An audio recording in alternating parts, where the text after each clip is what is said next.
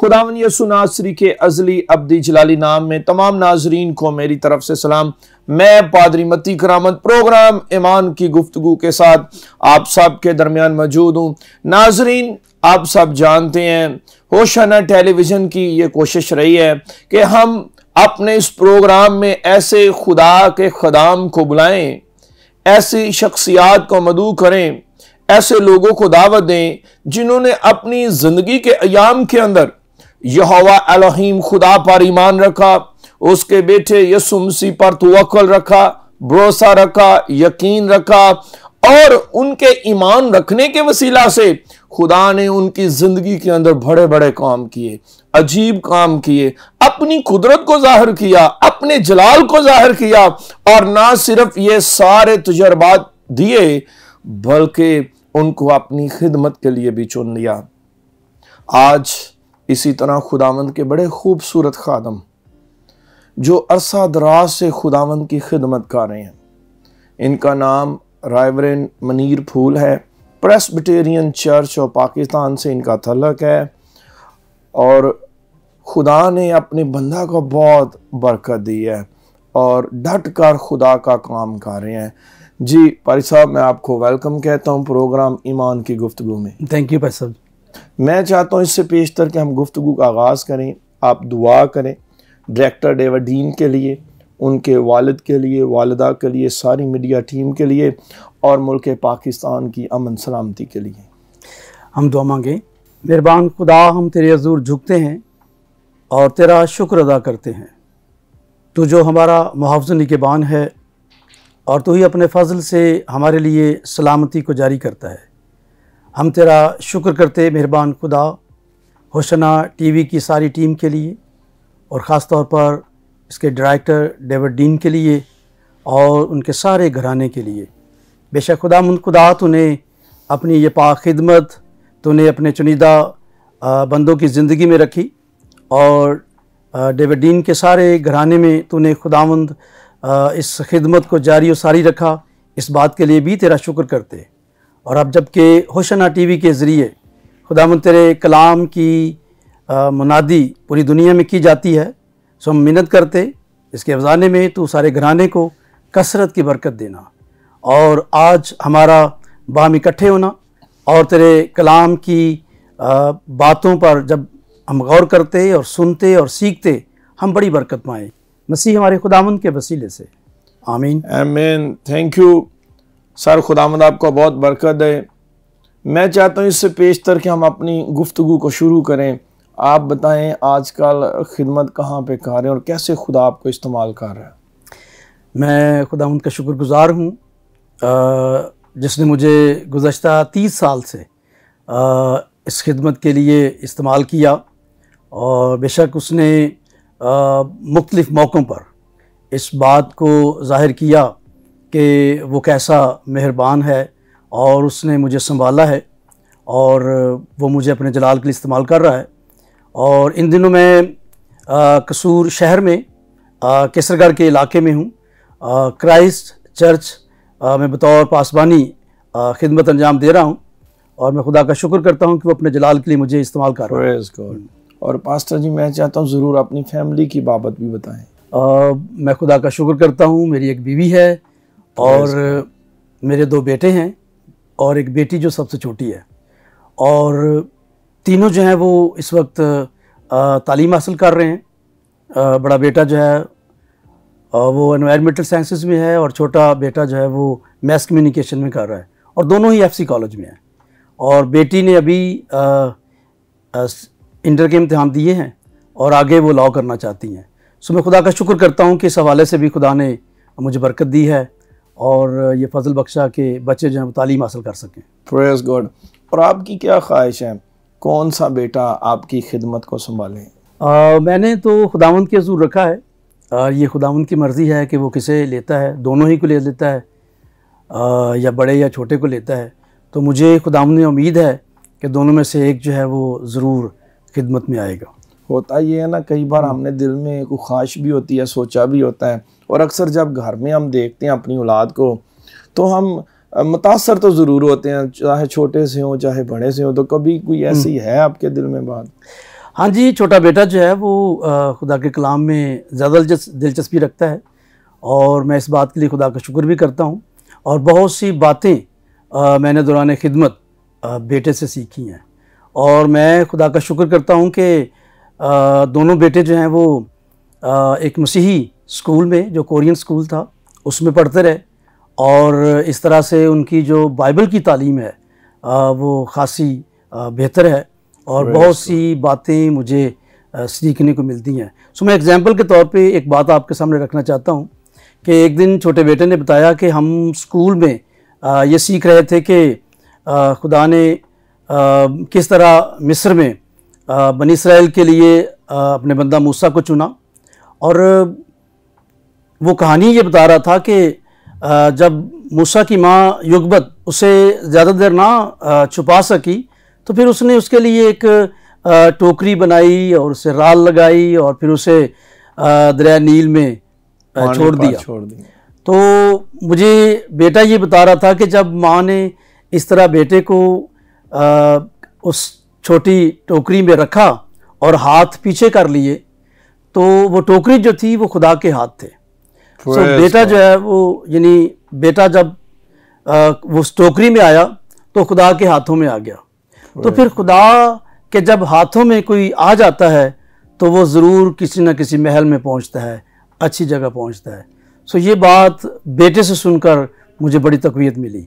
Praise God, खुदावंद आपको बहुत बरकत दे। मैं चाहता हूँ कलाम मुक़द्दस में से आज आप ज़रूर नाज़रीन के साथ बांटें। सो हम खुदावंद के कलाम में से आज देखेंगे ज़बूर की किताब में से, और ज़बूर नंबर 23 है। ये खुदा के बंदा दाऊद का मज़मूर है और ज़बूर 23 की पहली 3 आयात हम पढ़ेंगे। सो खुदावंद के कलाम अक़दस में इस तरह लिखा है, खुदावंद मेरा चौपान है, मुझे कमी ना होगी। वो मुझे हरी हरी चरागाहों में बिठाता है, वो मुझे राहत के चश्मों के पास ले जाता है। वो मेरी जान को बहाल करता है, वो मुझे अपने नाम की खातिर सदाकत की राहों पर ले चलता है। खुदावंद के कलाम के पढ़े और सुने जाने पर खुदावंद की बरकत हो। ज़बूर की किताब बनी इसराइल के 1000 साला ईमान की तारीख़ है। जो ईमान हम खुदा के बंदा मुक़द्दस मूसा के अय्याम में बनी इसराइल का देखते हैं, वही ईमान 1000 साल के बाद जब बनी इसराइल यानी यहूदा का कबीला और बिन्यामीन का कबीला और कुछ लावी का कबीला ये असीर होकर बाबल जाते हैं और बाबल की असीरी के बाद वापस आते हैं, तो वही ईमान हम 1000 साल बाद इसराइल का देखते हैं। और हम ये कह सकते हैं कि ज़बूर की किताब बनी इसराइल के मिस्र की ग़ुलामी से शुरू होती है, जो कि सबसे पहला ज़बूर नवे ज़बूर जो खुदा के बंदा मुक़द्दस मूसा की तहरीर है। और हम देखते हैं कि यहाँ से ज़बूर की किताब का आगाज़ होता है। और उसके बाद फिर हम देखते हैं कि जब यहूदा का और बिन्यामीन का कबीला बाबल की सीरी से लौट कर वापस आते हैं, तो उस वक्त तक ज़बूर की किताब का लिखा जाना, 1000 साल में मुकम्मल होना, ये बनी इसराइल के ईमान की अक्कासी करती है। और ये बात सच है कि जब बनी इसराइल मिस्र से रिहाई पाते हैं वो खुशी करते हैं, और जब बाबल की सीरी से छूट कर आते हैं तब भी हम देखते हैं कि मुँह साढ़े पर गए हासे तरागा नाल तद। और ये ज़बूर की किताब जो कि खुशी के गीत हैं और खुदा के साथ जो तजुर्बात ईमान के तौर पर हुए हम ज़बूर की किताब में देखते हैं। बिल्कुल। और ये 1000 साल में मुकम्मल हुई। बेशक ज़बूर की किताब जो है इसकी 5 हिस्से हैं, 5 किताबों पर मबनी है। और इसमें खुदा के बंदा मुक़द्दस दाऊद के 73 ज़बूर हैं जिन पर उसका नाम लिखा हुआ है, और फिर 27 ज़बूर ऐसे हैं जिन पर मुख्तलिफ़ लिखारियों के नाम हैं, जैसे आसफ़ के मज़ामीर हैं, हिमान अज़राही, एतान अज़राही, और फिर हम खुदा के बंदा सुलेमान नबी के मज़ामीर देखते हैं। 100 ज़बूर ऐसे हैं जिन पर लिखारियों के नाम दर्ज हैं, लेकिन 50 ज़बूर ऐसे हैं जो गुमनाम हैं, जिन पर लिखारियों के नाम दर्ज नहीं हैं। लेकिन ये 150 मज़ामीर पर मबनी किताब आज भी पढ़ने वालों को और गुनगुनाने वालों को ईमान में तक़वियत बख्शती हैं। Praise God। और हम ज़बूर को पिछले 3400 साल से गा रहे हैं। और सबसे खूबसूरत बात यह है कि मेरे और आपके आका मसीह यीशु ने भी इन्हीं ज़बूरों में से ज़बूर गाए अपनी ज़िंदगी में। और ये हमारे लिए बड़ी खुशी की बात है कि कलीसिया के पास सबसे ज़्यादा गहरी किताब और हमदो-सना की किताब ज़बूर की किताब है। दुनिया में और बहुत से हम गीत लिखते हैं, गीत गाए जाते हैं, लेकिन वक्त के साथ साथ वो मफकूद हो जाते हैं, ख़त्म हो जाते हैं। लेकिन ज़बूर कभी ख़त्म नहीं होंगे, और जब तक कलीसिया रुए ज़मीन पर है वो ज़बूरों को गुनगुनाती रहेगी। यानी कि खुदा की हमद ख़त्म नहीं होगी बेशक। जब तक ईमानदार हैं, सादक ज़मीन पर मौजूद हैं, खुदा के मानने वाले मौजूद हैं, वो अपने लबों से खुदा की हमद के लिए ये ज़बूर गाते रहेंगे, जिस तरह दाऊद खुदा की हमद करता है। और पास्टर जी, जो पहली आयत ज़बूर 23 की जब मैं पढ़ता हूँ तो मुझे दाऊद का फ़ख्र नज़र आता है। वो अपने खुदा पर फ़ख्र करता है, और अपने खुदा पर वो इतना फ़ख्र करता है, कहता है खुदावंद मेरा चौपान है तो मुझे कमी ना होगी। मीन्स के खुदावंद मेरा चरवाहा है, खुदावंद मेरा रहनुमा है, खुदावंद मेरा रहबर है, तो फिर मुझे किसी चीज़ की कमी नहीं है। बेशक दाऊद जो कि बुनियादी तौर पर एक चरवाहा ही था, और बादशाह होने का एक्सपीरियंस तो उसे बाद में मिला, लेकिन वो एक अच्छा चरवाहा, अपने बाप की भेड़ों का राखा था, और उसे खुद भी चौपानी का तजुर्बा हासिल है। और उसने अपने इस चौपानी के तजुर्बे के दौरान उसने अपनी भेड़ों की रखवाली करते हुए शेर को बकरी के बच्चे की तरह चीर डाला। और वो जानता है कि एक चरवाहा, एक चौपान भेड़ों से कितना प्यार करता है। और दाऊद खुद भी अब अपने आप को एक भेड़ की तरह, कि मेरा राखा, मेरा रखवाला, मेरा चौपान और मेरा हादी जो है वो खुदावंद है, और मुझे किसी चीज़ की कमी ना होगी। और एक अंग्रेज़ी तर्जुमे में लिखा है कि I have everything what I need, कि मेरे पास सब कुछ है जो मुझे चाहिए, चूँकि मेरा खुदावंद मेरा चौपान है। और वो मेरी ज़रूरतों को जानता है, और वो मांगने से पहले जानता है, और वो वक्त पर मुहैया करता है। और ये बातें जो ज़बूर 23 में दर्ज हैं, ये बात सच है कि ये अकीदत की बिना पर नहीं लिखी गई, ये दाऊद ने हकीकत की बिना पर लिखी हैं। और उसे अपनी ज़िंदगी में इस बात का गहरा तजुर्बा कि उसका खुदा किस तरह उसे संभालता आया, और किस तरह उसने वक्त पर मुहैया किया, और वो उसकी ज़रूरतों का जानने वाला है।